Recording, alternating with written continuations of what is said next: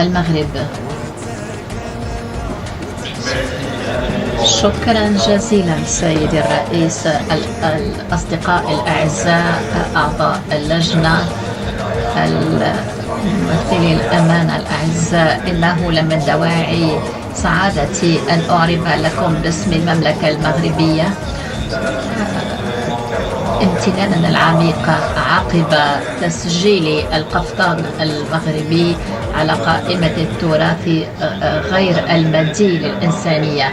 هذا الثوب التقليدي هو يجسد بشكل حميم هوية المغرب، ويجسد عبقرية وإلهام وإبداع الشعب المغربي العريق.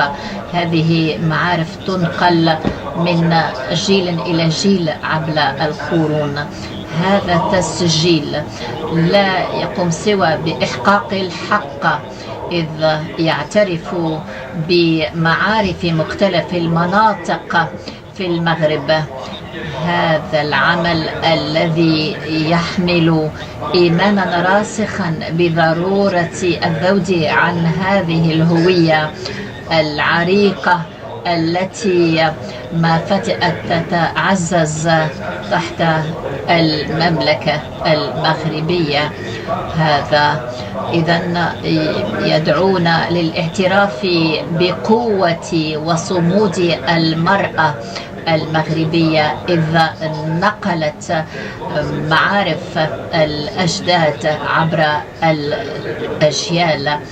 وهذا التسجيل يبين مدى الطابع الأصيل للقفطان وحماية الهوية الثقافية، لكي لا يكون أبدا عنصرا مجتث من عروقه وأصوله.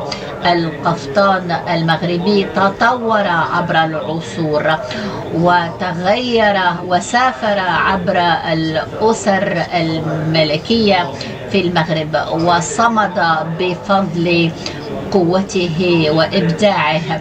لا يزال القفطان مصدر إلهام للمصممين المغاربة، مع الربط بين الأناقة والإبداع. كل غرزة، كل تطريزة لا